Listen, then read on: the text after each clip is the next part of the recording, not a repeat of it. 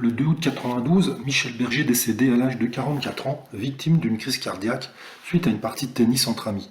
Il se trouvait dans sa maison de Ramatuelle, en présence notamment du compositeur Michel Pelé.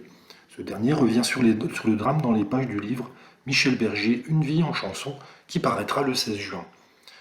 À un moment, Michel abandonne la partie de tennis. Il s'assoit sur un banc le long du cours, puis se lève en disant « Ça va vraiment pas, je redescends à la maison ».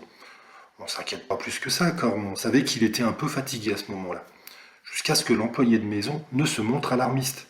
On appelle alors immédiatement le SAMU. Le cardiologue nous dira qu'il a fait 3 infarctus avant l'arrivée des secours, qui ont mis 1 heure à venir à cause des bouchons à Saint-Tropez. L'occasion pour Michel Pelé de rectifier une information sortie dans la presse. Michel était déjà mort. L'histoire raconte qu'il est décédé dans l'ambulance. Mais non, en fait, il était mort dans son lit. Mais ce n'est pas tout. Michel Pelé confie également que le chanteur souffrait d'un problème de santé qui inquiétait son cardiologue.